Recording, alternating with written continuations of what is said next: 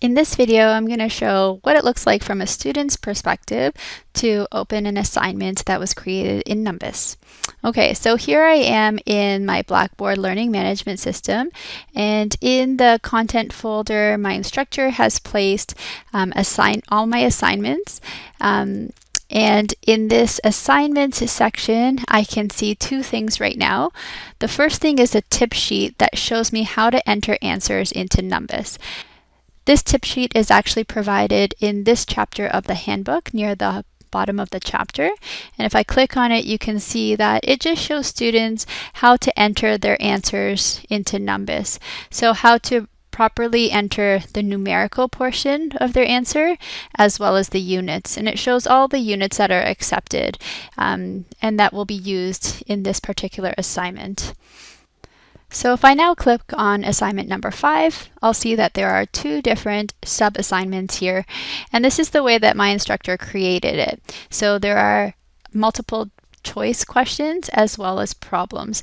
Now all of these questions could have been created in one assignment, but in this case, we've decided to create it in two different assignments, and that way there will be two separate grade columns in the grade center, so the instructor will be able to see what the scores were for multiple choice questions and what the scores were for problem questions. So it'll be easier for them to identify what the averages are in the class in each of these sections.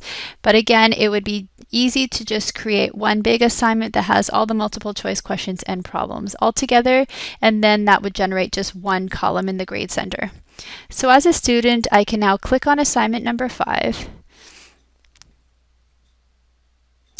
All of the words in this section here is completely customizable, so the instructor can choose their text that they wish to see. When the student clicks on Start, they are now taken to question 1 of the multiple choice questions. Okay, so the student can go through all of the options here and submit their answers one at a time.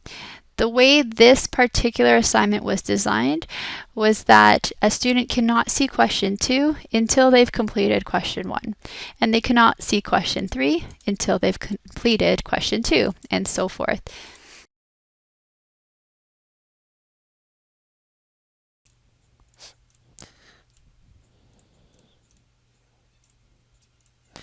Question 9, and then question 10. All right, so now that I've completed all of my questions, I can scroll to the bottom and click on End Exam. And I can confirm that I'd like to end this exam, and it now gives me this pop-up that tells me the exam has finished. As an instructor, you can decide whether you'd like your students to be able to see all of the questions over again, as well as what question options they selected and what the correct options were. In this particular assignment, the instructor chose not to make this visible to the students. Sometimes if the students close this window too quickly, so as soon as it pops up, if they close it, sometimes the data doesn't get captured and processed and they won't be able to see their grade. So it's advisable to tell your students to wait a minute before closing this tab. Okay, so I'm going to close this tab and I'm going to go on to assignment number 5, problems. Okay, so rather than multiple choice, these are short or long answer problems. And so the first problem, I can see what the problem is. This is the introduction to it. And then for each of the parts here, it's asking me a different question. So here it asks me for the volume of the chip. Okay, you'll see if I don't include correct units for a volume, so for example, if I just hit 54 and I try to submit it, it will not accept my answer. It's telling me that I need to include units in my answer. Okay. Now what's neat about Numbas is that it understands conversion between units. So if I put my answer in millimeters cubed or meters cubed or in liters, it knows how to convert between them. And so it will assign the correct answer as long as your answer is technically correct. You can also limit it so that the student needs to put the units in a particular way. So if you want it in liters, they need to enter it in liters. However, if you're flexible about units and you're willing to accept any units for volume as long as the answer is correct, Numbas will do the calculation for you. So I'm going to put liters in here, and because the units are correct, it's going to accept my answer, even though the actual numerical value is incorrect. The next part asks me for the chip thickness after the cutting. Now, as a student right now, I might not know how to do this because it might involve multiple steps. As an instructor, I've created this question to have steps shown in the question. So if I click on Show Steps, it's asking me what expression do I get if I solve for the chipped thickness. So this is giving me like the first step to solve this problem. So for example, I'm going to select this part. I can see below that it's worth 2 marks. So if I get this part correct, I'm going to get 2 marks for it, even if I don't get the final answer correct. The whole question is out of 7 marks, but I could get 2 part marks just for getting that first step correct. Okay, so the question was asking me for a thickness. I'm going to put in 3 millimeters here and submit it. Okay, so now I've submitted my answer, and that will allow me to move on to question number 2.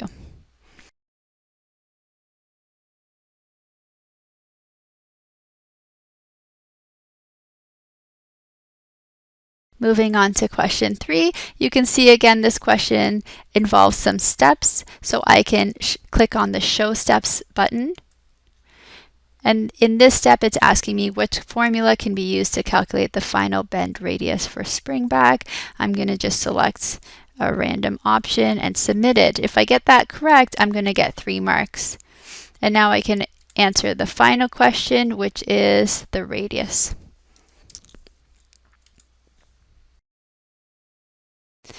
So when you are creating questions in Numbas, you have full control over whether or not you would like to create steps, and if so, how many steps you're going to create, and what will each step contain.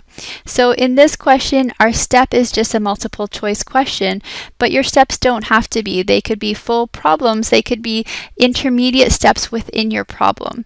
Okay, so to find the final answer of a problem, it might require you to do A, B, and C first.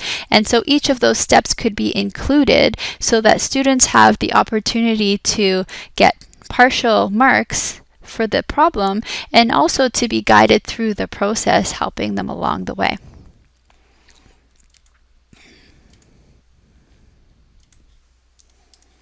Okay, so I'm going to submit everything right now.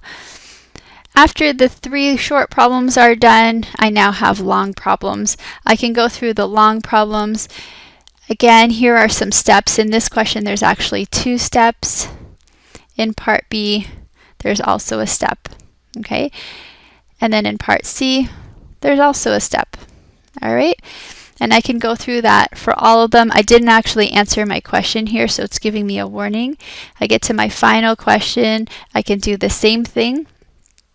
Answer the question, submit everything. There's nothing actually there that I entered.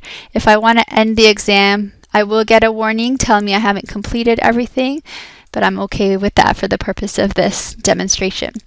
So now we can see that there were 3 short problems. As a student, I can review each of the problems.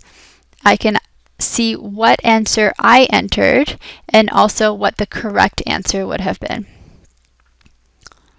I can also see all the answers that I entered for the steps, as well as the final answers. Okay, and then I can click on this Go Back to Results button and review other questions as well. I can see my total score was 0 out of 80. As a student, I can also go into My Grades and view the grades that I received. Okay, so in this case, it was assignment number 5. I got 4 out of 20 on the multiple choice portion and 0 out of 80 on the problems portion. I hope you enjoyed this demonstration where you got to see what it would be like from a student's perspective to complete an assignment using Numbas. Thanks for watching.